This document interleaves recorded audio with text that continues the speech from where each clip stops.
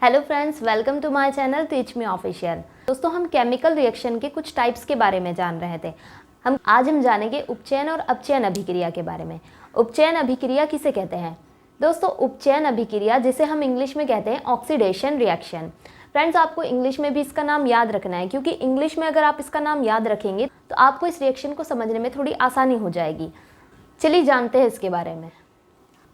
दोस्तों, oxidation reaction इसमें कहा गया है कि जब किसी रासायनिक अभिक्रिया में ऑक्सीजन का योग हो और हाइड्रोजन का ह्रास हो, उसे ही कहते हैं उपचयन अभिक्रिया, या फिर आप इसे कह सकते हैं ऑक्सीकरण अभिक्रिया।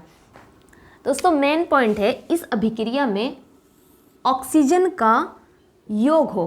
और अभी मैंने आपसे बोला है कि इसका इंग्लिश में आपको नेम ध्यान रखना है। इंग्लिश में इसलिए क्योंकि यहाँ पर है ऑक्सी यानी ऑक्सीजन, और अगर आप यहाँ पर देखें एक तरीके से आप एडिशन याद रखें, यानी ऑक्सीजन का क्या हो रहा है, एडिशन हो रहा है, ऑक्सीजन का योग हो रहा है।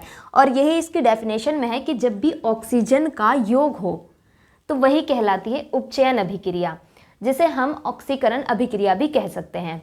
दोस्तों, इसमें ऑक्सीजन का योग हो या फिर हाइड्रोजन का ह्रास हो, मतलब या तो ऑक्सीजन की वृद्धि हो या फिर हाइड्रोजन की कमी हो, ऐसी ही इक्वेशन कहलाती है उपचयन अभिक्रिया। दोस्तों, अगर हम एग्जाम्पल से समझे तो शायद ज़्यादा अच्छे से समझ आएगा। जैसे एग्जाम्पल में आप लेंगे कॉपर को अगर आप ऑक्सीजन के साथ जलाते हैं तो ऑक्सीजन के साथ जलाने पर यह बनता है कॉपर ऑक्साइड। दोस्तों, कोई भी अभिक्रिया हो उसको बैलेंस कराना बहुत ज़रूरी है, इसीलिए यहाँ पर हम देखते हैं कि ऑक्सीजन के परमाणु की संख्या 2 है, तो हमको इसको इक्वल करने के लिए यहाँ पर 2 से मल्टीप्लाई करनी होगी, और यहाँ भी। दोस्तों, आपने देखा कि आपने कॉपर को जब ऑक्सीजन के साथ जलाया, ऑक्सीजन के साथ इसको हीट दी, तो ये दोनों मिलकर बनते हैं कॉपर ऑक्साइड। फ्रेंड्स, यहाँ पर पहले कॉपर अभी अकेला था, जब हमने इसको इसके साथ मिलाकर जलाया तो ये मिक्स हो गया, यानी यहाँ पर क्या हो गया, ऑक्सीजन इसके साथ जुड़ गया। और यही हमने पढ़ा है कि ऑक्सीजन का योग हो तो वह अभिक्रिया कहलाती है उपचयन अभिक्रिया। तो कहने का मतलब है कि कॉपर का यहाँ पर क्या हो गया, कॉपर का यहाँ पर हो गया उपचयन।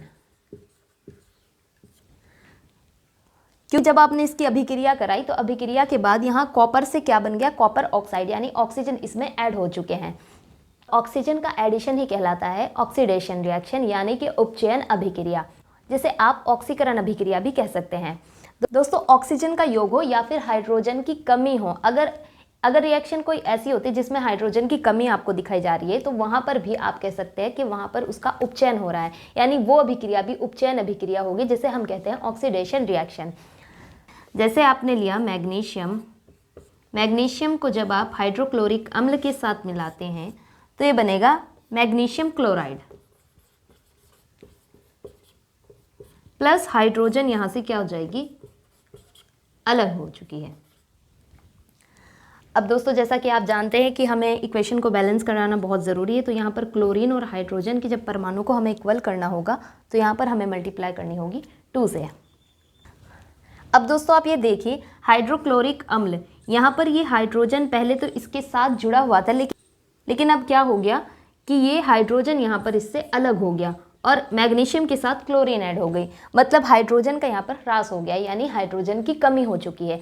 तो ऐसी रिएक्शन जिसमें हाइड्रोजन की कमी हो या फिर ऑक्सीजन की वृद्धि हो, वही कहलाती है उपचयन अभिक्रिया, जिसे कहते हैं ऑक्सीडेशन रिएक्शन। तो चलिए जानते हैं हम अपचयन अभिक्रिया के बारे में, यानी कि रिडक्शन रिएक्शन के बारे में। उसमें क्या होगा, तो दोस्तों अब बात करते हैं अपचयन अभिक्रिया के बारे में।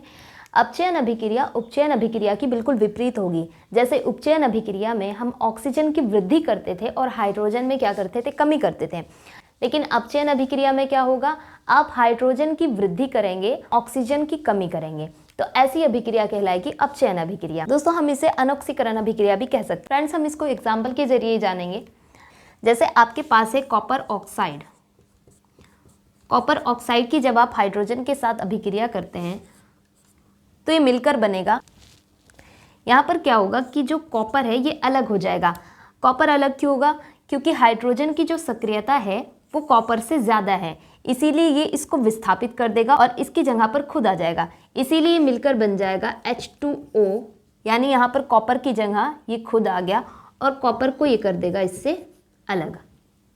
तो दोस्तों आपने देखा कि यहाँ पर क्या था, कॉपर ऑक्साइड, यानी कि कॉपर के साथ ऑक्सीजन पहले से ही इसमें जुड़ा हुआ था, लेकिन अब क्या हुआ, ऑक्सीजन इसमें से अलग हो गया और कॉपर हो गया अलग। इसका मतलब कॉपर ऑक्साइड अपचयित होकर सिर्फ कॉपर में रह गई, क्योंकि उसमें से ऑक्सीजन की क्या हो चुकी है, ऑक्सीजन की इसमें कमी हो गई है।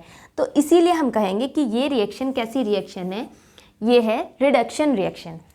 तो दोस्तों ऐसी रिएक्शन जिसमें ऑक्सीजन की वृद्धि हो वो कहलाएगी उपचयित अभिक्रिया, लेकिन अगर हाइड्रोजन की वृद्धि हो, ऑक्सीजन की कमी हो, तो वो कहलाती है अपचयित अभिक्रिया।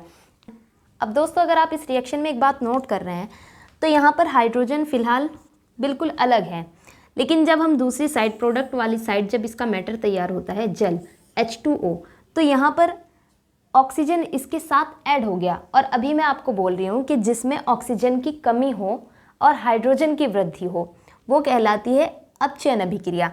लेकिन यहाँ पर क्या हो रहा है कि ऑक्सीजन की इसमें वृद्धि भी हो रही है, जबकि मैं कह रही हूँ कि ये अभिक्रिया है अपचयन अभिक्रिया।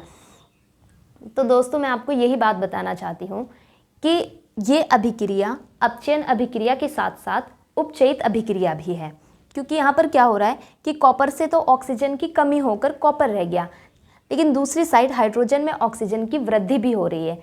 तो ऐसी रिएक्शन जिसमें उपचयन और अपचयन दोनों साथ साथ हो वो कहलाती है उपअपचयित अभिक्रिया, जिसे हम कहते हैं रेडॉक्स अभिक्रिया।